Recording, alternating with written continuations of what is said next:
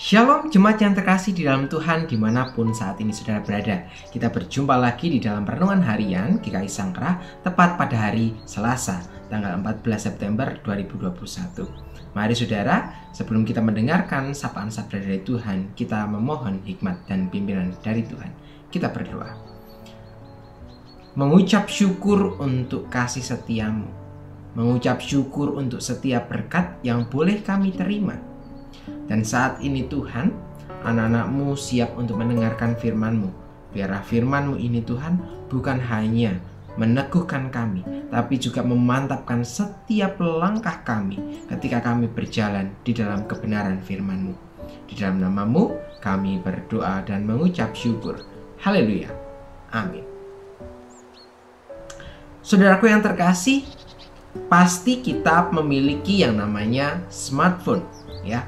Biasanya handphone yang canggih atau smartphone yang canggih itu membantu setiap aktivitas kita. Semakin canggih aplikasinya, semakin kita dimudahkan.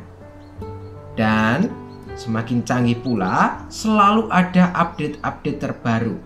Biasanya update aplikasi itu digunakan untuk memperbarui apa yang menjadi kesalahan dalam sistem tersebut, kemudian diperbaiki hingga lama-lama aplikasi itu dapat bekerja secara optimal. Tapi percuma kalau kita punya namanya handphone, punya namanya smartphone, tidak pernah diupdate, tidak pernah kita maksimalkan penggunaannya.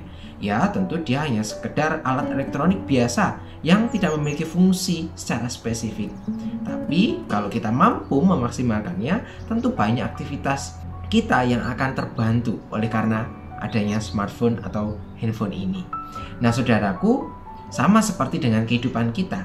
Ketika kita mengaku sebagai para pengikut Kristus, ketika kita mengaku bahwa kita percaya kepada Yesus, seharusnya di dalam kehidupan kita harus menunjukkan sebuah perubahan. Bukan lagi menjadi manusia-manusia bebal, manusia-manusia yang seenaknya sendiri, tetapi menjadi manusia yang terus diperbarui. Sama seperti yang akan kita baca di dalam Kolose pasal yang ketiga, ayatnya yang ke-9 sampai dengan yang ke-10. Demikianlah firman Tuhan.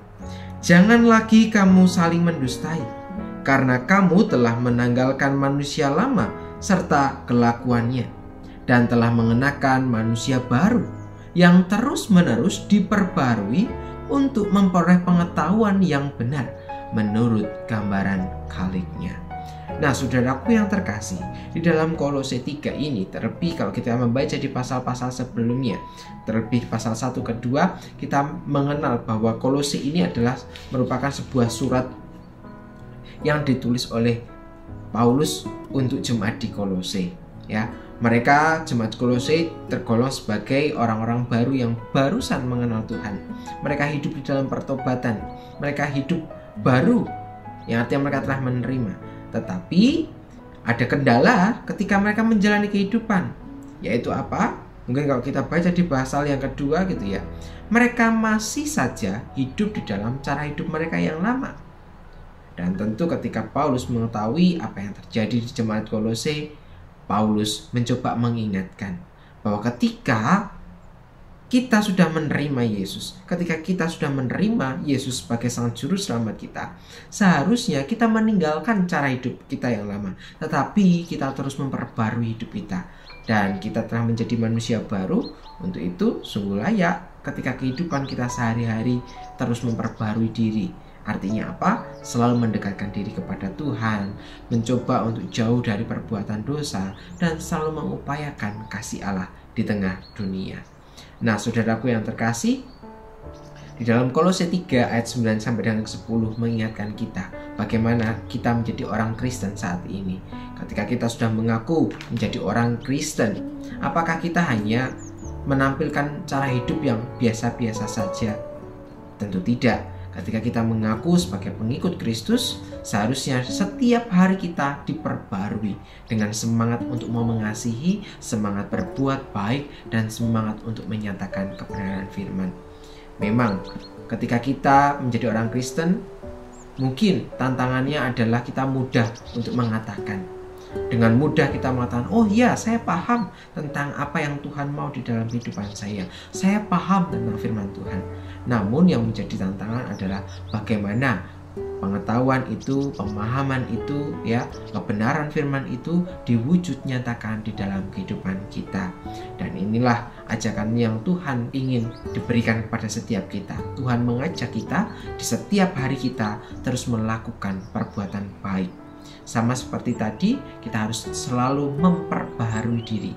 Kalau kita tidak memperbaharui diri, bagaimana kita bisa menjadi saksinya Allah di tengah dunia? Apa bedanya kita dengan orang di luar sana yang tidak mengenal Kristus? Inilah yang menjadi tantangan kita di masa kini. Bahkan di tengah masa pandemi, apa yang bisa kita lakukan? Tidak lain adalah memperdulikan, membantu doa, ya, saling menjaga, saling menguatkan. Sebagai komunitas iman, kita harus memiliki satu roh untuk saling memperpedulikan. Bahkan bukan hanya kepada saudara kita seiman, tetapi kepada semua orang yang membutuhkan pertolongan. Kita diundang untuk memperbaharui diri. Sebagai para pengikut Kristus, kita harus menyatakan kebenaran itu di dalam setiap, baik itu perkataan maupun perbuatan kita. Biarlah firman hari ini memperteguh kita di setiap langkah yang akan kita ambil. Biarlah firman kali ini memperteguh kita untuk terus berjalan bersama dengan Allah. Mari saudara, kita akan menutup renungan kita di dalam doa. Kita berdoa. Tuhan, kami tahu Tuhan mungkin seringkali mengingatkan kami. Tuhan mengingatkan setiap kami supaya kami menjadi manusia yang baru, yaitu manusia-manusia yang terus mengupayakan kebenaran firman. Bahkan Tuhan, kalau boleh jujur, kami seringkali tergoda dengan cara hidup lama kami. Tidak lain karena kami mengandalkan diri kami sendiri, atau mungkin kami terjebak oleh karena pemahaman kami sendiri. Namun Tuhan, biarlah Tuhan yang berkehendak atas kehidupan kami. Untuk itu, urapilah setiap kami, mampukanlah setiap kami, perteguhlah hati kami, supaya kami mampu untuk menjadi pelaku atas kebenaran firman-Mu. Terima kasih Tuhan untuk sabda-Mu yang indah di hari ini. Kami berdoa Tuhan untuk setiap aktivitas yang akan kami lakukan, biarlah Tuhan yang memberkati setiap karya yang kami lakukan. Terima kasih ya Bapa, inilah doa kami yang boleh kami naikkan hanya di dalam nama-Mu, Putra-Mu Tuhan kami, Yesus Kristus, Tuhan dan Juru Selamat kami yang hidup. Kami berdoa. Amin.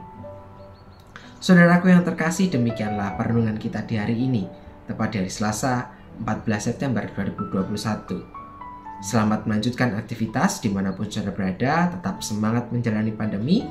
Tuhan beserta dengan saudara sekalian. Sampai jumpa.